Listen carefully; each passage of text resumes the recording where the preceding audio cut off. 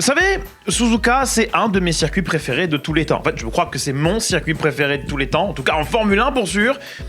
Il n'y en a pas d'autres. Passer beaucoup trop d'heures sur insérer le nom de la sim ici à bouffer ce circuit. Flowy, c'est rapide et les pôles sont toujours une œuvre d'art. Bon, ces derniers temps, avec cette réglementation, on va dire que voilà, les qualifs, c'est pas leur fort. Même en sachant qu'ils avaient ajusté les niveaux d'énergie pour que la qualif soit un peu plus sur la limite, et ben j'ai décidé de pas me lever pour regarder.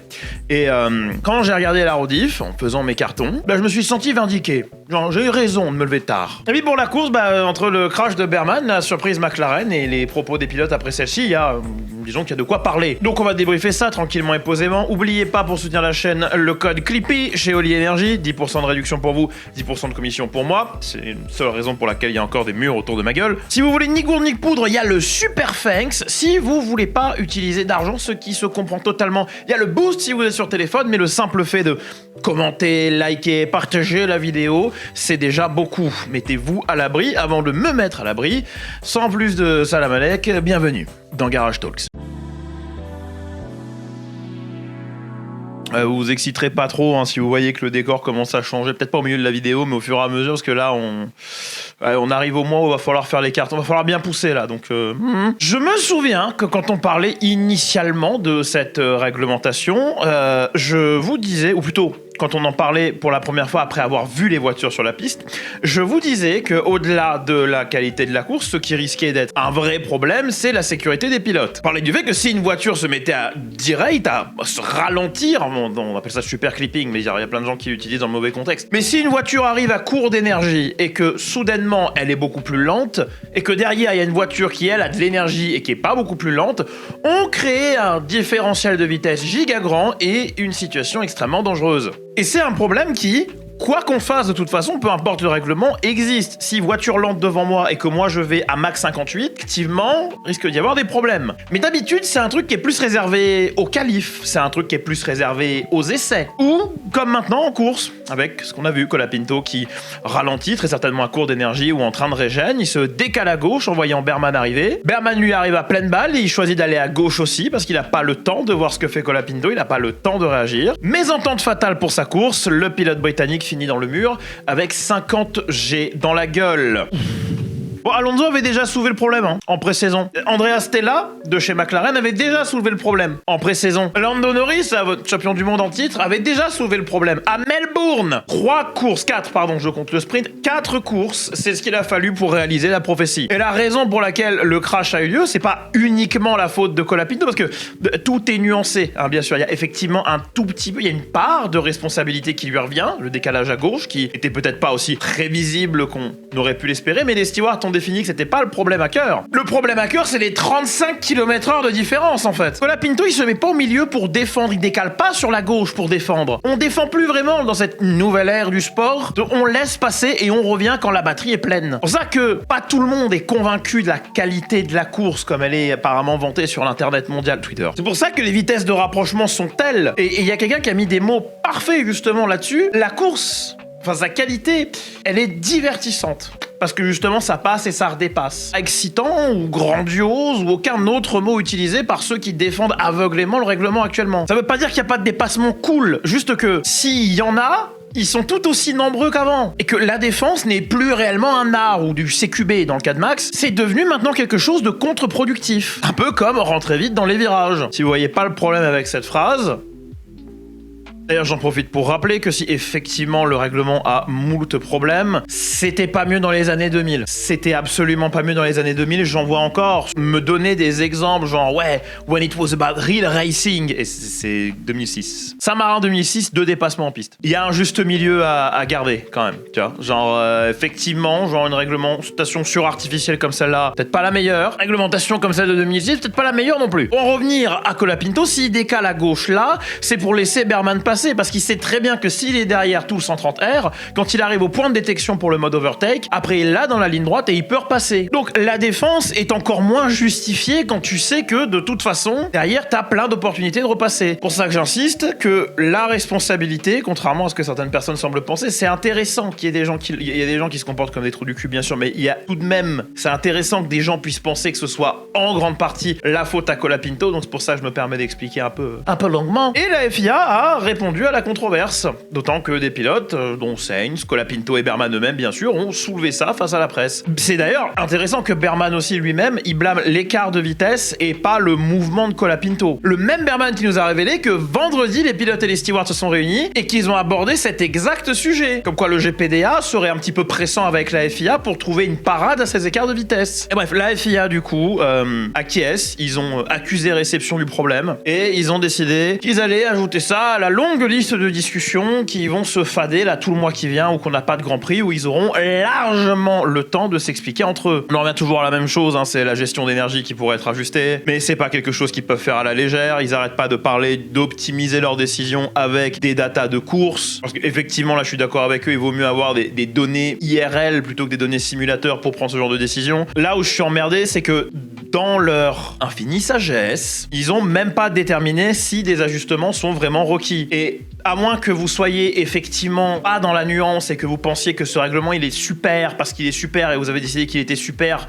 parce que machin a dit que c'était super, vous savez que le règlement il est pas parfait et effectivement il y a des ajustements qui sont nécessaires. Alors après lesquels, moi je sais pas, parce que la dernière fois qu'on a dit ça c'était en 2022 et on a un petit peu ruiné le fun de la réglementation effet de sol parce qu'elle marchait la première année. Reste que je seconde complètement Stella quand il dit qu'il faut pas attendre que quelque chose de plus grave se passe pour corriger le problème. Je suis ravi qu'Oli aille bien et a fait une petite vidéo où il a rassuré tout le monde après ou juste avant son passage au centre médical, je crois que c'est après. Et putain, tu le sens bien, tu le vois bien qu'actuellement, et peut-être que même moi je le porterai un peu inconsciemment, mais il y a un sentiment de ras-le-bol, d'opposition et de fatigue chez tous les pilotes. Genre Norris et Max qui se fendent la gueule quand on parle de batterie, Max qui fait coucou à Pierre quand il se barre à Mach 2 sur la... il prend plus ça au sérieux du tout. De l'autre côté, un peu plus grave, t'as Sainz qui plaide son cas, qui, avec la presse, qui implore la FIA d'écouter les pilotes. On est en train d'entrer dans une dimension du sport qui est relativement grave et assez peu fun. Des trucs qui me rappellent seulement ce que j'ai pu lire, que j'étais pas là pour le vivre. Hein. Croyez-le ou pas, je n'ai pas 58 ans. Et ça me rappelle un peu cette ambiance délétère de grève de pilotes à l'époque où la super licence voulait être imposée, puis la rupture FISA-FOCA, tout ça. Donc parler de perdre la pureté du sport il y a pas si longtemps à coup de gimmick, et en vrai c'est une discussion qu'on a depuis genre 2009 et le KERS. Et je pense qu'on est beaucoup à penser que, à fin du compte, enfin moi j'ai jamais vraiment été contre le DRS ni le KERS, mais genre aujourd'hui on se dit que c'était pas tant une mauvaise chose que ça. Et là l'énorme problème c'est qu'on n'est plus en train de parler de à quel point la course elle est artificielle ou à quel point on s'amuse ou pas à regarder les voitures tourner, on est en train de parler de la sécurité des pilotes. Et si Dieu nous en préserve, on est pour l'instant pas vraiment à risque de perdre des pilotes en piste, on risque d'en perdre en dehors. Max, ça fait un bout qui tease le fait qu'il va se barrer, qu'il en a plein le cul. Il l'a plus d'une fois dit, il a accompli ce qu'il voulait accomplir dans le sport. Lui, à la base, il voulait un titre, tout le reste, c'est que du bonus. Et ce qui fait qu'il a eu envie de rester dans le sport, c'est que c'est à chaque fois un nouveau challenge, que c'est à chaque fois excitant. Et ce règlement, c'est depuis quoi, 22, 23, qui nous prévient qu'il y a des problèmes. Et même moi, à la base, je voulais pas trop y croire et pas être alarmiste. On avait eu plein d'échos. Oui, le modèle moteur qu'il avait testé en simulation, c'était effectivement un modèle pas à jour, il y a des choses qui ont été faites pour améliorer ça, il y a des changements positifs qui débarquent, faut pas s'en faire. Donc moi-même je voulais attendre avant de chier sur les murs et cacher la serpillière. Mais on en est là en Big 2026 avec un championnat qui devrait récompenser comme d'habitude, le meilleur pilote au volant de la meilleure voiture, parce que c'est jamais l'un, jamais l'autre, toujours la somme des deux. Mais au final, c'est plus un championnat qui a l'air de récompenser le meilleur gestionnaire au volant de la meilleure machine. Il y a plein de gens qui font exprès, ou qui ne comprennent tout simplement pas le problème avec la gestion de l'élec, et je pense que c'est pas très grave, honnêtement. Je pense que ça devient un peu emmerdant quand on essaye d'avoir des discussions sérieuses sur le sujet, et que les gens font exprès de pas comprendre ou que les gens considèrent que le DRS et le KERS ou le push to pass sont des choses qui sont similaires en termes de fun artificiel sur la piste. Parce que non, c'est pas le cas. Ouais, c'est Clippy du montage qui prend la relève parce que Clippy face caméra était très fatigué, que cette portion est vraiment pas facile à écouter, donc je vais resynthétiser. Le DRS, le KERS et le push to pass dans d'autres catégories, c'est effectivement des artifices qui sont là pour rendre les courses plus excitantes. Mais c'était des facilitateurs de dépassement. C'était des outils qu'il fallait effectivement gérer, mais c'est pas des outils qui te pénalisaient parce que tu roulais trop vite dans les virages. Aujourd'hui, on a des Norris, des Verstappen, des Leclerc, des Piastri qui nous disent que parce qu'ils rentrent trop vite dans un virage, ils ont pas assez de régène dans ce virage et donc la ligne droite d'après, pas assez de batterie pour soit se battre avec la voiture qui est derrière, soit simplement faire un tour chrono. Je suis très insistant avec le KERS parce que selon moi, c'est la meilleure forme d'hybridation pour la Formule 1, point barre, parce que le KERS, il y a des gens qui savent pas ce que c'est, je m'en suis rendu compte dans les commentaires, c'était 80 chevaux de puissance supplémentaire électrique pendant 6-7 secondes, enfin 6.6 effectivement, et c'était une batterie qui était pleine en quelques freinages et qui était utilisable tous les tours, peu importe les conditions. Pas de derating en fin de ligne droite, pas d'obligation de ralentir à mi-virage pour pouvoir recharger la batterie, autant utilisable pour attaquer que pour défendre, que pour creuser ou combler un écart. Et derrière, quand on était un peu dans une impasse parce que deux pilotes se suivaient de trop près et utilisaient la batterie trop similairement, on avait le DRS. Et si c'est pas un système parfait non plus, j'ai jamais entendu un pilote demander à son ingé quoi faire pour pouvoir rattraper la voiture devant et que son ingé lui dit 15% moins de gaz dans tel virage pour avoir plus de puissance. Et c'est pas un exemple sorti du fond de mon cul, c'est une paraphrase de l'échange radio entre Hamilton et son ingé quand Hamilton demandait quoi faire pour revenir sur Piastri. Et Verstappen là actuellement, qui, si j'en crois la logique de surface sur internet, devrait savoir mieux que moi parce qu'il est pilote, même si ça c'est un argument qui vous arrange que quand le pilote est d'accord avec vous, soit, et comme il y en a 22 sur la grille, ils sont jamais tous d'accord avec vous, c'est chiant. Max, il manque pas de points quand faut les remettre sur les i vis-à-vis de son manque d'amour pour cette réglementation. Et avec la quantité de roulage que le bouc fait en dehors de la Formule 1, genre c'était pas juste avant le Grand Prix de Suzuka justement, il était en train de conduire une Z de GT500 à Fuji. Juste parce que, voilà, il pouvait. Et justement, avec tout ça, il doit réaliser de plus en plus que l'excitation, pour lui, on pourra pas lui enlever ça, est un vrai putain de passionné, elle est ailleurs. Vous pouvez être des sales cons tant que vous voulez, être dans le gatekeeping, ne pas aimer le gars, être de mauvaise foi sur tout ce qu'il a fait parce que vous l'aimez pas. Ça fait partie du sport quelque part. Et moi qui m'en plains, c'est un peu hypocrite. Mais rien ne me convaincra que Max n'est pas un vrai passionné. Et que justement, le cirque médiatique de la F1, qui de base il aime pas du tout, il y a qu'à voir, il a viré un journaliste d'une conférence de presse. Sans aucun putain de respect. Il faut vraiment être à bout. Et soit dit en passant, je cautionne pas. Non, parce que on me prête des biais d'intention parfois où on me dit oui mais toi t'aimes bien Verstappen, c'est pas Max qui est sur mon mur les gars, moi je suis fan de Seb, je m'en suis jamais caché, et le truc c'est que Max il fait gagner mon équipe, mais si t'étais Ricciardo à sa place ou Kvyat, ça aurait été pareil. Je cautionne pas le fait que Max il foute dehors un journaliste comme ça. À mon avis c'est une réaction qui est beaucoup trop immature. Alors il a peut-être ses raisons, moi je suis pas dans ses pompes pour savoir si les raisons sont bonnes ou pas, à mon avis ça se fait pas, c'est tout. Je sais plus où j'en étais, j'ai encore fait une tangente et elle est dure à tourner cette vidéo.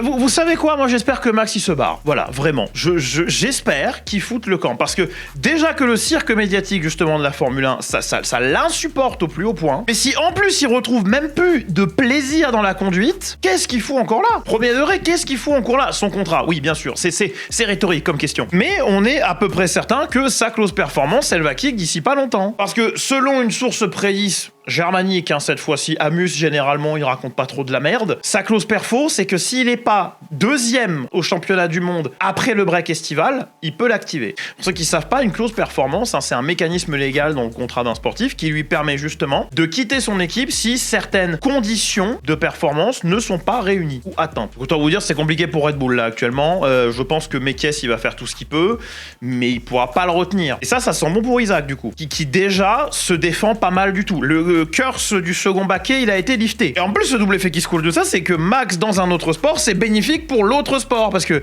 vous en déplaise, gatekeeping, machin, etc. Les autres sports auto sont aussi des sports de spectateurs. Et l'influx de nouveaux viewers fait du bien. Il y a qu'à voir comment la NLS est contente de décaler une épreuve pour être sûr qu'ils puissent participer. Et s'il peut pas partir direct, parce que la clause performance le rend libre pour la saison prochaine, pas pour dès la trêve estivale se barrer et on fait monter Lindblad à la place et on met Tsunoda dans la Vicarbe, mais il serait libre pour 2027. Et à mon humble avis, il aura pas envie de rouler en 2027 si le règlement reste proche de ce qu'on a maintenant. À moins que la FIA, après discussion, décide de mettre en place un plan d'urgence pour que dès 2027, on soit revenu à genre V6 turbo hybridé avec un système type KERS pour garder le côté hybridation, faire en sorte que les constructeurs soient contents, continuer d'attirer des grosses boîtes, mais en même temps qu'on retrouve une qualité de course conventionnelle, à moins que ça se fasse, et ça se fera pas, il a pas à rester là en fait, sur le premier degré. 24 courses par an, si t'aimes pas ce que tu conduis, c'est long. Et nous, on voit que la surface du truc, on voit 24 courses par an. Donc on voit 24 week-ends par an. Quasiment une semaine sur deux où les mecs sont pas chez eux. Quasiment une semaine sur deux où les mecs sont en train de rouler. Mais surtout, derrière, il y a des semaines entières à l'usine, il y a du travail en simulateur, il y a la condition sportive que tu maintiens, etc., etc. Il y a toute la pression et il y a forcément derrière du coaching psychologique parce que c'est trop. Alors que là, s'il arrête tout, Bro peut courir le NLS l'année prochaine sans aucune putain de distraction. Bro peut rouler en ELMS, en WEC, il peut faire des apparitions en Indy. Je sais qu'il aime pas rouler de l'ovale plus que ça, il l'a déjà dit, mais ne serait-ce que genre apparaître sur une ou deux courses, de road course, ou même carrément genre faire une road course schedule. Je sais pas si ça se fait encore ça en Indy, je sais que les contrats sont vachement plus laxes qu'en Formule 1 et qu'il y avait des gens qui venaient et qui faisaient que des ovales, d'autres qui faisaient que des road courses justement. Mais pour lui, le ciel est la limite. Peut-être dans 2 ans, je vous dis qu'il a remporté une course de Stock Car Brésil. Et ce serait grave cool, d'autant que, peu importe où il passera, le viewership va augmenter et ça va peut-être attirer la lumière sur des catégories de courses que des gens qui ont commencé par être fans de Max, commencé par être fans de Formule 1, vont finir par apprécier derrière. Et c'est généralement une bonne chose, c'est comme ça qu'on pérennise une passion, c'est comme ça qu'on s'assure que nos sports, qui sont des sports de spectateurs, continuent de prospérer. Bref, Verstappen, champion d'Angleterre de Banger National, vous l'avez entendu ici en premier. Ouais, bon, un peu au forceps en vrai le sujet là, parce que il faut quand même en parler, parce que ça me permettra de l'utiliser comme élément contextuel plus tard. Mais McLaren était peut-être la deuxième force du paddock au Japon. Et si je dis peut-être, c'est uniquement parce que je suis pas sûr que c'était pas la première parfois. Dès la FP2, on sentait que McLaren avait sûrement fait un énorme pas au niveau du moteur. Ils ont pas le même déploiement du tout que Mercedes, apparemment. Il y a une exploitation très différente et pourtant des temps autour beaucoup plus proches. Et ça, c'est peut-être la bénédiction dissimulée derrière la malédiction de ne pas avoir le putain de mode d'emploi pour le moteur Mercedes. T'es obligé de te démerder avec tes propres connaissances, tirer tes propres conclusions, plutôt que de bêtement suivre ce que font les grands. Il y a une métaphore, il y a une sagesse à tirer de tout ça. En gros, le déploiement Mercedes, il est vachement plus optimisé, vachement plus progressif sur la totalité du tour, alors que celui de McLaren, il est extrêmement lourd à la dernière chicane et avant le 130 R. Ça donne un gros avantage en début de tour au papaye et ça se nique au fur et à mesure du tour, on va pas se mentir. Mais ce qui est très intéressant, c'est que McLaren a créé un différentiel de déploiement avec Mercedes, en ayant pourtant le même moteur. Donc, ça peut leur ouvrir la porte à une défense, puisque leur rythme vient d'ailleurs. Et la grosse injustice, c'est qu'on n'a pas vu si Piastri était justement capable de défendre face à un Antonelli qui aurait pu revenir sur la fin. Parce que du coup, il y a eu la safety car qui a outrageusement avantagé Antonelli. Et c'est tragique, mais il y a zéro moyen de savoir si Oscar aurait pu gagner sans cette safety car. Et ça sentait très bon en tout cas. Parce que le début de course était nickel, d'autant que le départ Merco était catastrophique, que Russell, il a vraiment passé un très mauvais week-end en plus, il fallait. T'as qu'à voir comment Piastri a disposé de Russell, c'était au 7e, au 8e tour, peut-être le 9e, je sais plus. Genre, il a pas eu besoin de redéfendre après ça, il a disposé du gars, genre, pas me taper les mains, c'est faire comme le mec qui vient de déposer du bois, là j'ai le micro. Le rythme overall pour McLaren était une très bonne surprise. Et si effectivement, à mon très humble avis, ils étaient un poil en deçà de ce que Mercedes pouvait offrir, s'il avait eu la track position à la fin, ça aurait tout changé. Parce que le scénar, si on exclut la safety car pour moi, c'est Antonelli qui essaye d'overcut Piastri. Ça marche pas parce qu'il était à 18 secondes. Enfin, il était à moins de 20 secondes. Donc l'overcut aurait pas marché. Mais par contre, sur la fin de la course, l'offset de pneumatique aurait pu être suffisant pour qu'Anto puisse taper un peu dedans. Bien que ce soit moins un vecteur de performance aujourd'hui. Et aussi, Mercedes, qui a peut-être encore un peu de performance au fond du moteur, aurait pu unleash et aurait pu revenir sur Piastri. Et c'est là que ça aurait été intéressant, justement. Parce que si Piastri était capable de défendre sans se pénaliser ensuite dans des zones comme justement le 130 R ou genre capable de repasser directement derrière, ça veut dire que McLaren est déjà, dans certaines conditions, parce que bon, Suzuka, c'est pas un circuit, c'est un circuit un peu atypique quand même. Déjà, il y a un croisement là, alors comment ils font pour pas se rentrer dedans? Mais si on a des voitures qui sont capables de défendre défendre alors qu'elles ont le même moteur en utilisant du coup pas les mêmes phases de régène exactement et les mêmes phases de déploiement exactement. Donc en plus clair qu'avec le même power unit, elles ont pourtant une gestion hybride totalement différente, mais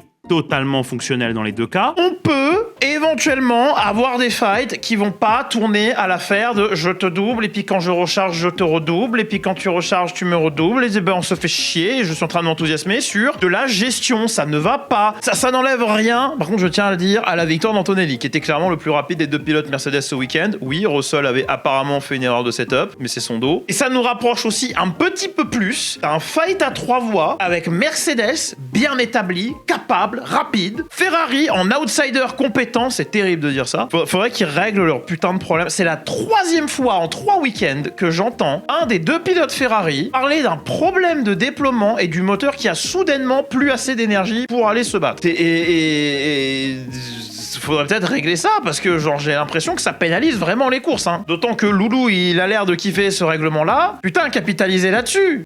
Je vais peut-être pendant 3 ans pas être capable de dire qu'il est rincé. J'en serais capable, juste du coup je serais de mauvaise foi. Et on aurait McLaren qui commence à capter le moteur et pourrait peut-être développer le châssis dans une meilleure direction. Bref, il pourrait se passer de très belles choses même largement avant la trêve estivale, mais il y a tout ce mois-ci où il se passe rien. Et pour Miami / après Miami, il y aura des ajustements qui seront faits au niveau des règles. Et on n'est pas à l'abri d'une nouvelle directive technique ou d'un changement technique complexe qui va niquer tous les aspects de cette saison. Un peu comme la directive technique qui a dramatiquement changé le paysage de la réglementation effet de sol et qui a fait qu'on est passé de 2022, oh là là, ça bombarde, ça a l'air bien, à 2023, oh là là, on se fait chier. Il fallait regarder Midfield pour pas se faire chier. Et tout ça sera, comme d'habitude, très intéressant à suivre. Merci beaucoup d'avoir suivi cette... Je pense que ce Garage Talk ça est plutôt court. Je pense pas qu'on a 15 minutes là. Effectivement, connard, on est à plus de 20. Mais bref, d'avoir suivi ce court Garage Talk, c'est Clippy Clip. Suivez-moi partout sauf dans la rue. On est sur Twitch où on fait des jeux de vroom vroom et des jeux de pas vroom vroom. On est sur Twitter où je me fais insulter parce que je pose une question. On est sur Instagram où je fais des stories qualitatives. C'est pas vrai, généralement c'est pour annoncer les vidéos ou les lives. On a un Discord qui est en première position dans la description. C'est une petite cartouche donc des fois vous voyez pas le lien, mais je vous jure c'est le premier truc dans la description. Buvez Oli Energy, achetez des gants Sync Mesh, je sais plus si on est encore affilié à Razer. Enfin, je crois que le lien d'affiliation marche, mais on est plus sponsorisé par eux. C'était Clippy Clip qui avait carton à faire. Bisous.